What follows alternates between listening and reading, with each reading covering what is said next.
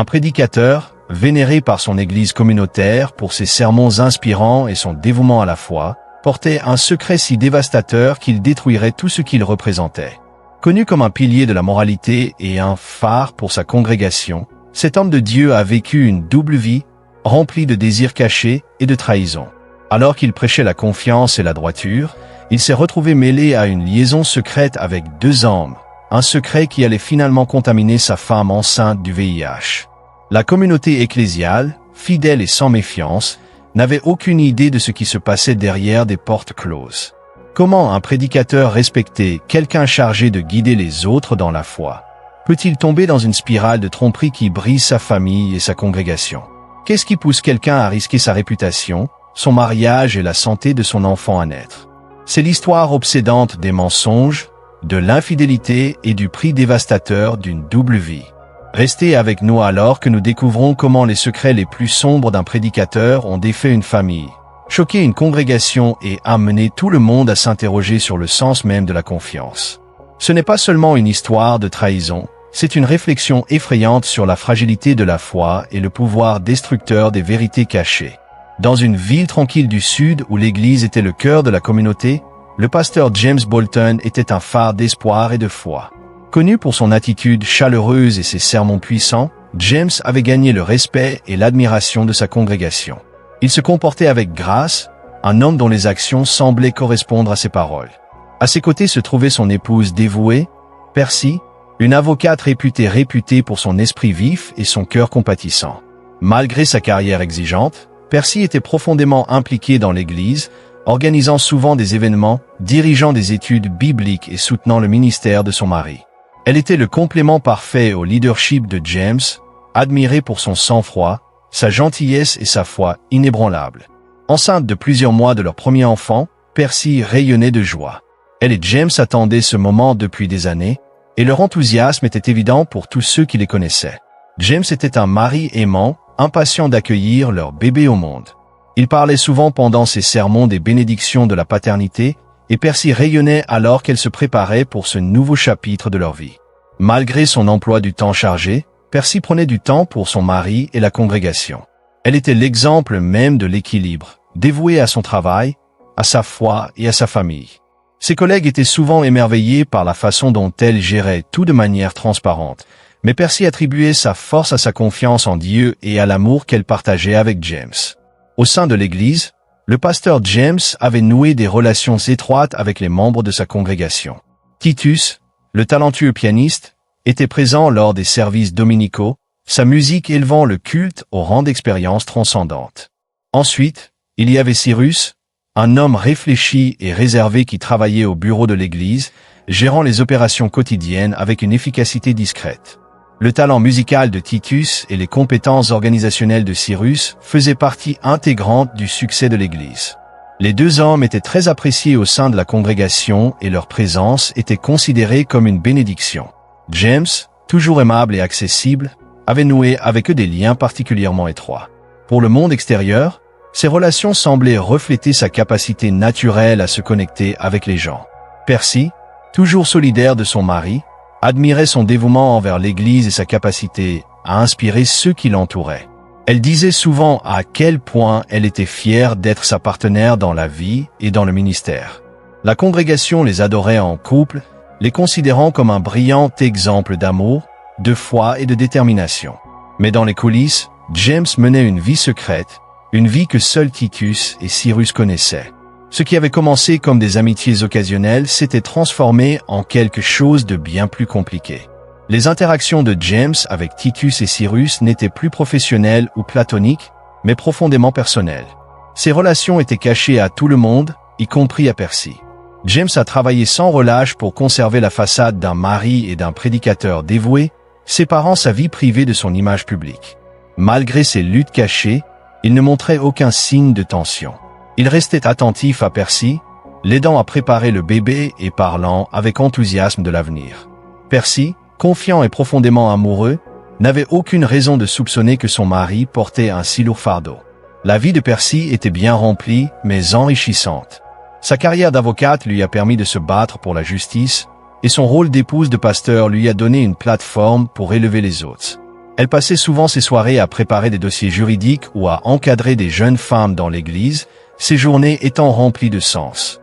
Le dimanche, on pouvait trouver Percy sur le banc de devant, les mains posées sur son ventre grandissant pendant qu'elle écoutait James prêcher. Elle se sentait bénie au-delà de toute mesure, mariée à l'amour de sa vie, attendant leur premier enfant et entourée d'une communauté qui valorisait la foi et la famille. Pourtant, sous cet extérieur joyeux, de subtiles tensions commençaient à se dessiner. La vie secrète de James avec Titus et Cyrus était une source constante de troubles intérieurs. Il savait que ses actions étaient en contradiction avec sa foi et ses vœux, mais il se sentait piégé dans un cycle auquel il ne pouvait pas échapper. Les liens que James avait noués avec Titus et Cyrus étaient compliqués.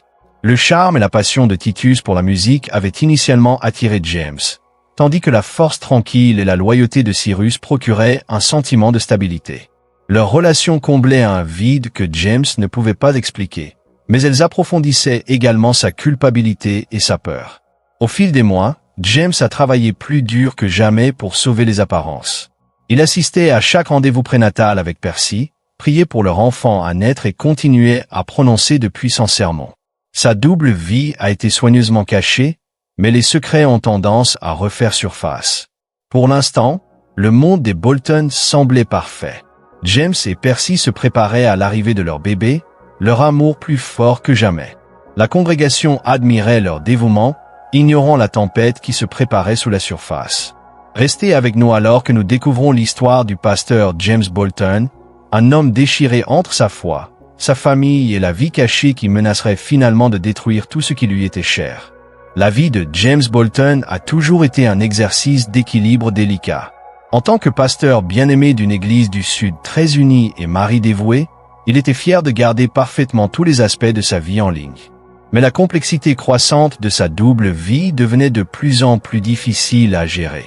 Ses relations avec Titus et Cyrus, ce qui avait commencé comme de paisibles moments d'évasion, devenaient maintenant des réseaux enchevêtrés de désirs, de peur et de contrôle.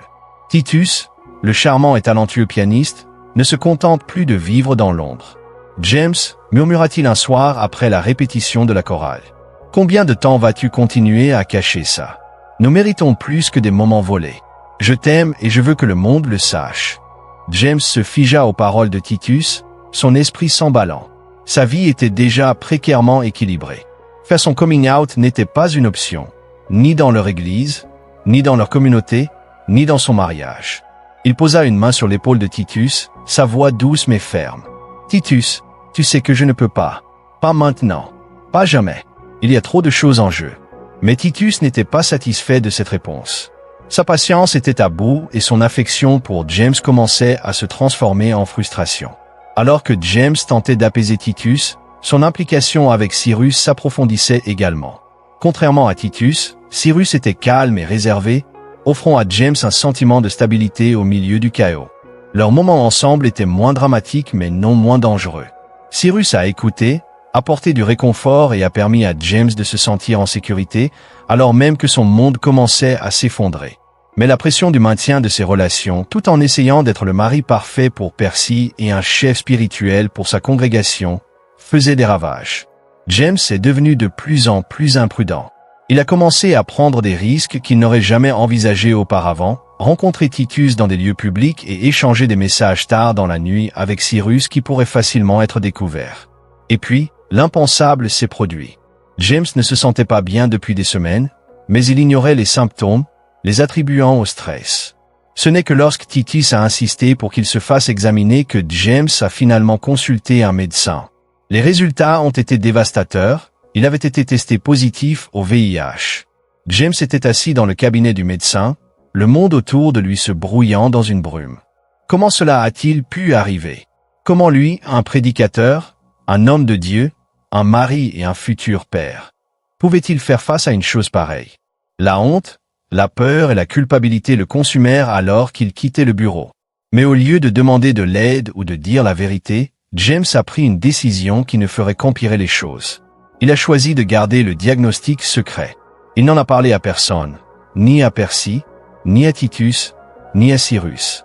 Il a continué à prêcher le dimanche, à prononcer des sermons sincères et à assister au rendez-vous prénatal avec Percy comme si rien n'avait changé. Titus, cependant, commença à soupçonner que quelque chose n'allait pas.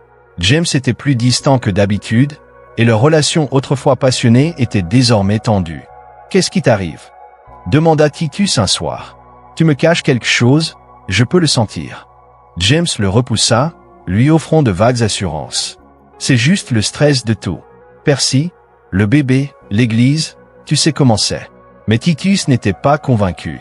À la maison, Percy a également commencé à remarquer des changements subtils dans le comportement de James. Il était toujours aimant, attentif et excité par le bébé, mais il y avait des moments où il semblait distrait, comme si son esprit était ailleurs. Des appels téléphoniques tard dans la nuit, des heures prolongées à l'église et des dérapages occasionnels, dans son attitude normalement calme, ont semé le doute dans son esprit. Il est juste stressé, se dit Percy. L'église grandit et le bébé est presque là. C'est beaucoup à gérer pour n'importe qui. Elle a choisi de croire en son mari parce que, pour elle, il n'y avait aucune raison de ne pas le faire. Ils avaient bâti leur vie sur la confiance, la foi et l'amour. Tout a changé lors d'un examen prénatal de routine. Percy rayonnait d'enthousiasme lorsque le médecin examinait ses progrès, mais sa joie s'est transformée en confusion lorsque les résultats de ses analyses sanguines sont revenus. « Madame Bolton, dit doucement le médecin, vos résultats de test se sont révélés positifs pour le VIH. » Percy regarda son médecin, les mots ne s'enregistrant pas complètement. « Ce n'est pas possible, dit-elle. Il doit y avoir une erreur. » Le visage du docteur était sérieux mais gentil. « Je comprends à quel point cela est choquant, mais je vous assure que le test est précis. Nous effectuerons des tests supplémentaires pour confirmer, mais nous devons discuter des prochaines étapes pour votre santé et celle du bébé. » Percy quitta le bureau, hébété. Elle ne pouvait pas comprendre ce qu'elle venait d'entendre. Comment cela a-t-il pu arriver? Elle n'avait été qu'avec James. Lorsqu'elle rentra à la maison, Percy le confronta immédiatement. James, qui se préparait pour une réunion à l'église, s'est figé en voyant son visage. « Qu'est-ce qui ne va pas ?» demanda-t-il, sa voix calme mais ses yeux trahissant sa peur. « J'ai été testé positif au VIH », a déclaré Percy, la voix tremblante. Le médecin a dit que c'était confirmé. « James, comment cela a-t-il pu arriver? Dis-moi que ce n'est pas vrai. » Le cœur de James se serra. Il regarda Percy, ses yeux remplis de confusion et de douleur, et ce qui ne pourrait pas continuer cette mascarade plus longtemps. Mais au lieu de l'avouer, il a fait volte-face. « Il doit y avoir une erreur, dit-il, la voix brisée. Nous allons être retestés. Ne t'inquiète pas, Percy, nous allons trouver une solution. » Les soupçons de Percy ont continué de croître, la poussant à engager un enquêteur privé pour découvrir les secrets que James gardait. Elle était assise en silence à la table de la cuisine, le rapport de l'enquêteur étant exposé devant elle. Chaque ligne ressemblait à un poignard, tranchant les années de confiance et de dévouement qu'elle avait bâties avec James. La double vie, les affaires, l'imprudence, tout était là, en noir et blanc. Son cœur s'emballa, la colère et l'incrédulité bouillant en elle. Elle ne pouvait pas réconcilier l'homme qui l'avait embrassé pour lui souhaiter une bonne nuit avec l'homme détaillé dans ses pages accablantes. Quand James rentra à la maison ce soir-là, il fut accueilli par le silence glacial de Percy. Elle était assise dans le salon faiblement éclairé, le rapport à la main, attendant qu'il remarque sa présence. « Qu'est-ce qui ne va pas ?» demanda-t-il d'un ton décontracté mais prudent alors qu'il posait son sac. Percy souleva les papiers et les jeta sur la table basse. « C'est ça qui ne va pas ?» dit-elle, la voix tremblante de rage. « Combien de temps, James? Depuis combien de temps me mens-tu? Coucher avec eux? Risquer ma vie? Celle de notre bébé ?» Le visage de James pâlit alors que ses yeux se tournèrent vers le rapport. « Percy, je peux t'expliquer, balbutia-t-il, sa voix à peine au-dessus d'un murmure. « Expliquez » cria-t-elle en se levant. « Explique comment tu m'as trahi? Comment êtes-vous resté dans cette chair chaque dimanche pour prêcher sur la foi et l'honnêteté tout en vivant dans le mensonge? » Au début, James a essayé de le nier, affirmant que le rapport était faux et que quelqu'un essayait de le ruiner. Mais Percy n'y croyait pas. « Ne me mens pas, James, dit-elle, la voix brisée. N'ose plus me mentir. » Finalement, James s'est cassé. « Oui, a-t-il admis, la voix tremblante. C'est vrai. Je suis tellement désolé. » La confrontation de Percy a marqué le début de la fin pour James. La nouvelle de sa trahison n'est pas restée longtemps confinée dans leur maison. La nouvelle de ses aventures et du diagnostic de VIH de Percy s'est répandue dans l'église comme une traînée de poudre. La congrégation, autrefois loyale et adoratrice, était désormais divisée entre l'incrédulité et l'indignation. Comment a-t-il pu faire ça? Murmura un fidèle. Il était censé être notre chef. Les dirigeants de l'Église ont tenu une réunion d'urgence et il n'a pas fallu longtemps avant que James soit invité à se retirer. Sa démission a été une affaire publique humiliante, à laquelle ont participé des fidèles en colère qui se sentaient trahis par l'homme en qui ils avaient confiance. Le scandale a secoué la communauté, laissant derrière lui une congrégation fracturée et une famille dévastée. Percy a fait ses valises et a quitté leur maison pour se réfugier chez un ami proche.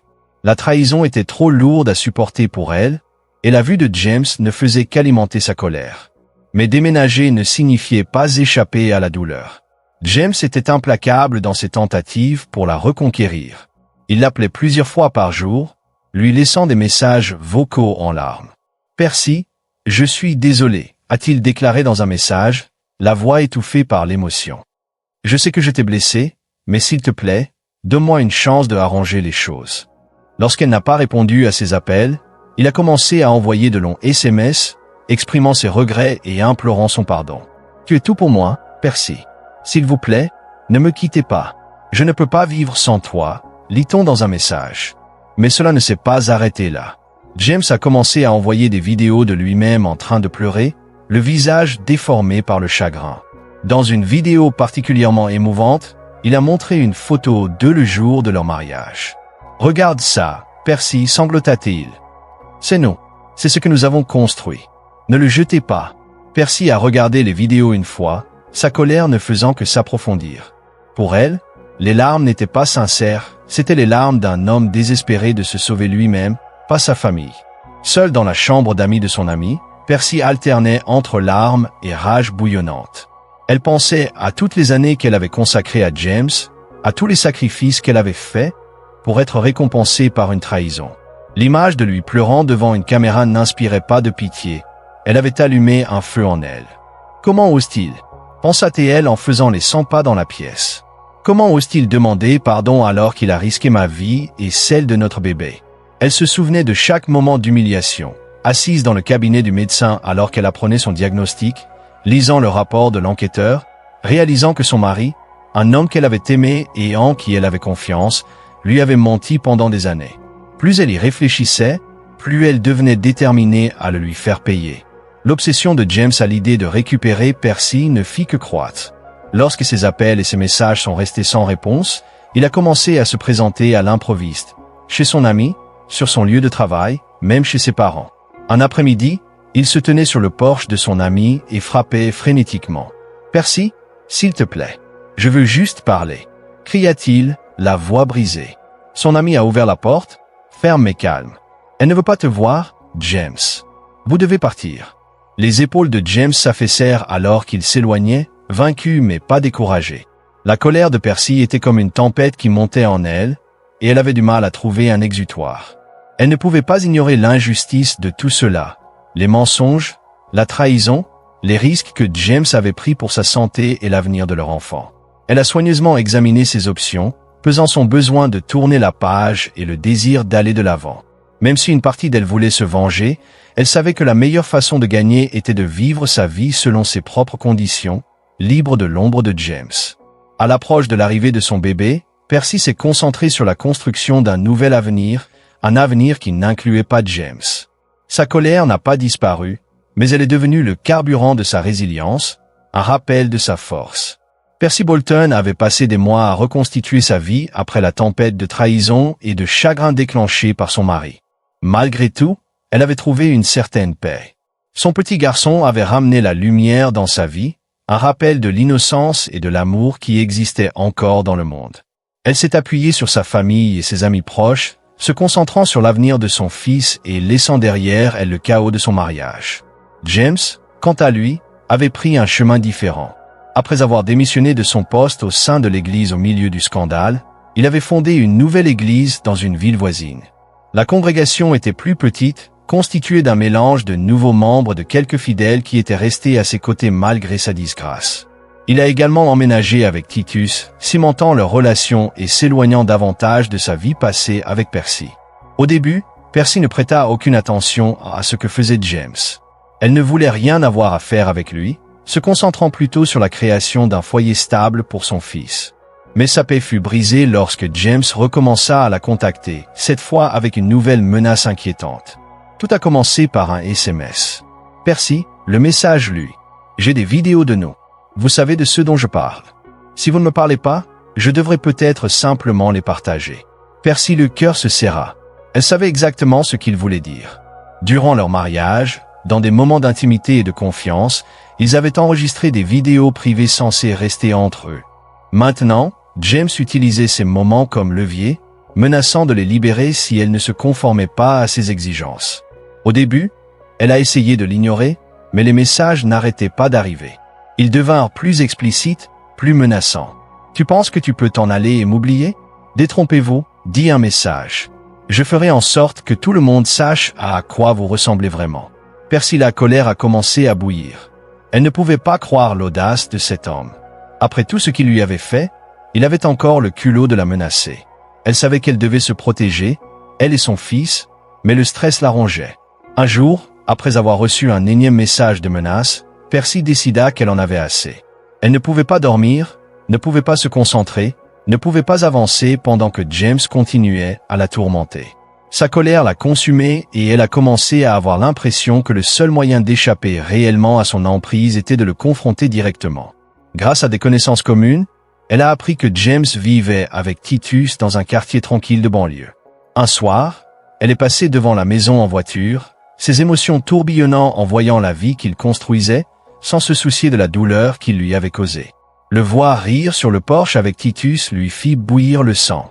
Les jours se sont transformés en semaines et la colère de Percy ne s'est pas calmée.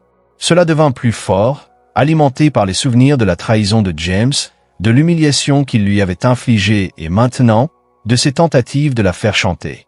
Elle ne pouvait pas ébranler l'image de lui vivant librement alors qu'elle portait le poids de ses actes. Par une chaude matinée de samedi, Percy s'est retrouvé garé devant la maison de James et Titus. Elle l'avait suivi là-bas plus tôt dans la semaine, apprenant ses routines et le regardant vivre sa vie. Ce matin-là, elle savait qu'il partirait faire son jogging habituel. James a quitté la maison en tenue d'entraînement, s'étirant brièvement avant de commencer sa course. Percy l'observait depuis sa voiture, sa prise sur le volant se resserrant alors qu'il courait dans la rue résidentielle calme. Quelque chose en elle se brisa. Sans vraiment réaliser ce qu'elle faisait, Percy démarra la voiture et appuya son pied sur l'accélérateur. Le moteur rugit alors qu'elle se dirigeait vers lui, la vision brouillée par la rage. En un instant, la voiture a percuté James, l'envoyant s'étaler sur le trottoir. L'impact a été mortel. James gisait immobile dans la rue, le quartier calme étant désormais rempli des cris d'un résident voisin qui avait été témoin de la scène. Le cœur de Percy battait à tout rompre lorsqu'elle réalisa ce qu'elle avait fait. La panique s'est installée et elle s'est éloignée des lieux, l'esprit emballé. Elle ne pouvait pas croire qu'elle en avait fini avec cela, mais en même temps, elle éprouvait une sombre satisfaction. James ne pouvait plus lui faire de mal, ne plus la tourmenter avec ses menaces et ses mensonges. Mais sa fuite fut de courte durée. Une voiture de patrouille a remarqué son véhicule, du sang coulait sur le pare-choc avant, et l'a rapidement arrêté. Percy, secoué et tremblant, n'a pas résisté lorsque les policiers se sont approchés de sa voiture. « Madame, sortez du véhicule », a déclaré l'un des policiers. Percy obéit, ses mains tremblantes alors qu'elle sortait de la voiture. Les policiers l'ont interrogée brièvement et il ne leur a pas fallu longtemps pour reconstituer ce qui s'était passé.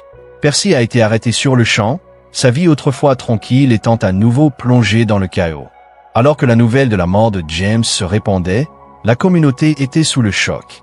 L'histoire des représailles de Percy contre l'homme qui l'avait trahi puis menacé s'est transformée en une histoire de chagrin, de colère et de tragédie. Pour Percy, le poids de ses actes s'est fait sentir alors qu'elle était assise dans une cellule de prison, attendant son sort. La satisfaction qu'elle avait ressentie sur le moment était désormais éclipsée par la réalité de ce qu'elle avait fait. James était parti, et même s'il ne pouvait plus lui faire de mal, elle devait faire face aux conséquences de ses choix. Sa famille, dévastée mais solidaire, s'est ralliée à son fils, s'assurant qu'il serait pris en charge pendant que Percy faisait face aux répercussions juridiques. L'histoire de la trahison d'un prédicateur, de sa descente dans la manipulation et de son éventuel meurtre est devenue un récit édifiant dans leur communauté, un rappel du pouvoir destructeur des secrets et de la colère incontrôlée. Pour Percy, Le chemin à parcourir était incertain. Mais une chose était claire, c'était la fin du contrôle de James sur sa vie, même si cela avait un coût inimaginable. Percy, le procès de Bolton a attiré l'attention du public, les médias du pays couvrant l'histoire tragique de la trahison, de la manipulation et du meurtre. La vie du prédicateur autrefois célèbre et la chute dramatique de Percy ont captivé le public, laissant beaucoup diviser sur la question de savoir si ses actions étaient celles d'une femme poussée à son point de rupture ou quelque chose de bien plus sombre. Alors que la salle d'audience se remplissait chaque jour, des journalistes, d'anciens membres d'église et des spectateurs curieux se rassemblaient pour entendre les détails d'une affaire qui semblait trop surréaliste pour être vraie. Percy, vêtu d'une tenue simple et portant le poids des événements sur ses épaules, était assise tranquillement pendant que les accusations étaient lues. Meurtre au 2e degré et homicide involontaire. L'accusation a dépeint Percy comme un tueur de sang-froid, animé par la rage et la jalousie. Ils ont souligné sa décision de suivre James, d'apprendre sa routine et finalement d'utiliser sa voiture comme une arme. Ce n'est pas un hasard, a déclaré le procureur. Percy Bolton a soigneusement planifié et exécuté un acte de vengeance. Il s'agissait d'un acte calculé alimenté par la colère et non par la légitime défense. Mais la défense a raconté une toute autre histoire. Ils ont dépeint Percy comme une femme poussée au bord du gouffre par la manipulation, l'humiliation et les menaces incessantes de l'homme qui avait trahi sa confiance et mis sa vie en danger. Ils ont décrit comment James l'avait coincée émotionnellement, utilisant des vidéos privées comme levier pour la contrôler même après la fin de leur mariage. Et si Percy ne cherchait pas seulement à se venger, mais essayait de se protéger d'un homme qui ne la laissait pas partir, a demandé l'avocat de la défense au jury. Que feriez-vous si quelqu'un en qui vous avez confiance transformait votre vie en un véritable cauchemar? La salle d'audience était silencieuse lorsque Percy est venu à la barre. Sa voix était ferme mais teintée d'émotion alors qu'elle racontait les mois de tourments qui ont précédé le jour fatal. « Je ne pensais pas clairement », a-t-elle admis. « J'étais tellement en colère, tellement fatigué d'être manipulé et menacé. Je voulais juste que tout s'arrête. » Les délibérations du jury se sont prolongées jusqu'au lendemain, chaque heure ajoutant à la tension. Pour Percy, c'était un jeu d'attente rempli de réflexion et de regrets. Elle pensa à son fils, à la vie qu'elle avait essayé de construire et au choix qui l'avait conduite ici. Finalement, les jurés revinrent, le visage solennel. La salle d'audience retint son souffle tandis que le président se levait pour prononcer le verdict. Concernant l'accusation de meurtre au 2e degré, a commencé le contremaître, nous déclarons l'accusé, Percy Bolton, coupable. Un murmure parcourut la pièce, suivi d'un silence inquiet. Le visage de Percy restait stoïque, mais ses yeux trahissaient le profond chagrin qu'elle ressentait. Le juge, reconnaissant la complexité de l'affaire, a condamné Percy à 20 ans de prison, avec possibilité de libération conditionnelle après 10 ans. Il s'agissait d'une punition sévère, mais plus légère que celle recherchée par l'accusation. La famille de Percy a juré de prendre soin de son fils, en veillant à ce qu'il grandisse entouré d'amour et de soutien. Pour Percy, la prison est devenue un lieu d'introspection. Elle a trouvé du réconfort dans des conseils et a commencé à écrire des lettres à son fils, dans l'espoir de lui expliquer ses choix et de partager son amour pour lui malgré les circonstances. La communauté, une fois divisée dans son opinion sur Percy, a commencé à considérer son histoire comme un récit édifiant sur le pouvoir destructeur des secrets et la fragilité de la confiance. L'héritage de James en tant que prédicateur a été terni à jamais, éclipsé par sa trahison et sa manipulation. Ces actions sont devenues un rappel obsédant des effets d'entraînement de la malhonnêteté. Le voyage de Percy, marqué par la trahison, le chagrin et la tragédie, est devenu plus qu'une simple histoire personnelle. C'est devenu un symbole des conséquences dévastatrices de la tromperie. Cette histoire tragique nous oblige à nous poser des questions difficiles sur l'honnêteté, la confiance et les conséquences dévastatrices d'une double vie. Si vous avez trouvé cette histoire captivante et que vous souhaitez entendre davantage d'histoires policières vraies qui explorent les recoins les plus sombres des relations humaines, n'oubliez pas de aimer cette vidéo et abonnez-vous à notre chaîne.